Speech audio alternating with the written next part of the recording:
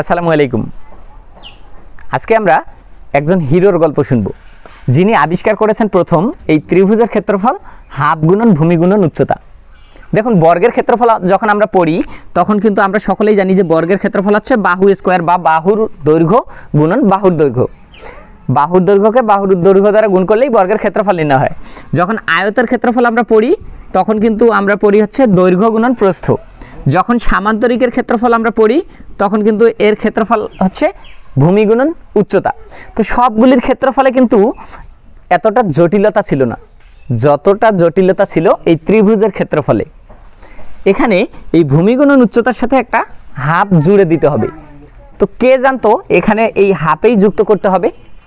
1/4ও তো হতে পারতো সংখ্যাটা, 1/5ও হতে পারতো, 1/6ও হতে পারতো, 1/10ও হতে পারতো, কিন্তু একটি সংখ্যাও এখানে চলবে না, হাফেই দিতে হবে।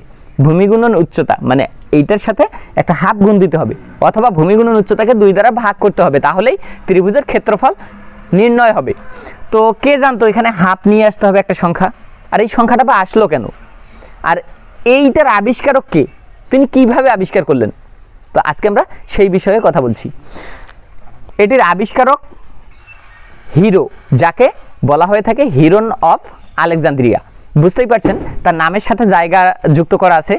তো অনেকেই মনে করেন এই ত্রিভুজের ক্ষেত্রফল নির্ণয়ের সূত্রটি আবিষ্কার করেছেন আর্কিমিডিস, কিন্তু আর্কিমিডিসেরও প্রায় 200 বছর পূর্বে গণিত শাস্ত্রের যে সর্বাপেক্ষা পুরাতন বইটি রয়েছে মেট্রিকা, সেখানে এই ত্রিভুজ ক্ষেত্রের ক্ষেত্রফল নির্ণয়ের সূত্রটির সাথে নাম যুক্ত করা আছে হিরন অফ আলেকজান্দ্রিয়ার।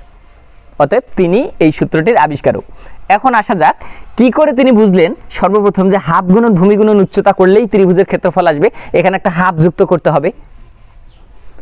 কি বুদ্ধি তার মাথায় খেললো? তো বিষয়টা হচ্ছে এরকম, বলা হয়ে থাকে যে হিরন অফ আলেকজান্দ্রিয়া যখন ছোট্ট শিশু, বলতে কেবল প্রাথমিক লেভেলে লেখাপড়া করে, তখনই তিনি এটা আবিষ্কার করে ফেলছেন।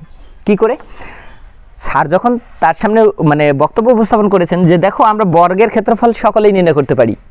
বর্গের ক্ষেত্রফল হচ্ছে বাহু গুণন বাহু, বাহুর দৈর্ঘ্যকে বাহুর দৈর্ঘ্য দ্বারা গুণ করলে বর্গের ক্ষেত্রফল নির্ণয় হয়। তো আয়তক্ষেত্রের ক্ষেত্রফল হচ্ছে দৈর্ঘ্য গুণন প্রস্থ, আবার সামান্তরিক ক্ষেত্রের ক্ষেত্রফল হচ্ছে ভূমি গুণন উচ্চতা। তো এই ত্রিভুজের ক্ষেত্রের ক্ষেত্রফলে স্যার তার সামনে উপস্থাপন করেছে যে এখন পর্যন্ত আবিষ্কৃত হয়নি ক্ষেত্রফল। তো এই হিরন অফ আলেকজান্দ্রিয়া ছোট্ট শিশুটি তখন ভাবলো, আচ্ছা এই যে সামান্তরিকের ক্ষেত্রফল তো আমরা জেনেছি, সেটি হচ্ছে ভূমি গুণন উচ্চতা। সামান্তরিকের ক্ষেত্রফল ভূমি গুণন উচ্চতা।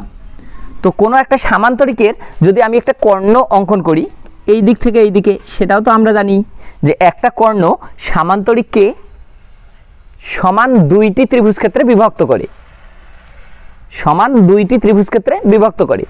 তো এইখানে সামান্তরিকের ক্ষেত্রফল যদি ভূমি গুণন উচ্চতা হয়ে থাকে, তাহলে এই ত্রিভুজটাকে যদি আমি এই দিকে বাড়াই, দেখুন এই বাহুটার সমান করে এই দিকে একটা বাহু নেই, আবার এই বাহুটার সমান করে এই দিকে একটা বাহু অঙ্কন করি আমি, তাহলে তো এটা একটা সামান্তরিক হয়ে যাচ্ছে।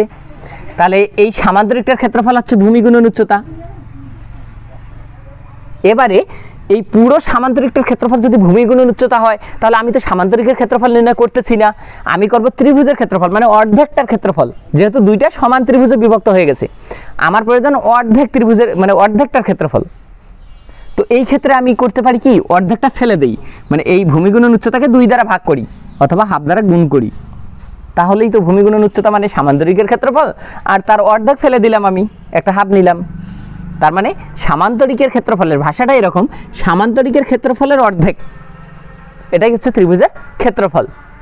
তো যেভাবে আমি গল্পটি পেয়েছি হয়তো ঠিক ওইভাবে নাও হতে পারে, কিন্তু গণিতে আমরা যা শিখলাম, যা এখান থেকে মজার একটা বিষয় জানলাম, সেটা তো অবশ্যই মজার, তাই না? আমরা সামান্তরিকের ক্ষেত্রফল নির্ণয়ের সূত্র দিয়েই আজকেও এই ত্রিভুজ ক্ষেত্রের ক্ষেত্রফল নির্ণয় করতেছি এখন পর্যন্ত।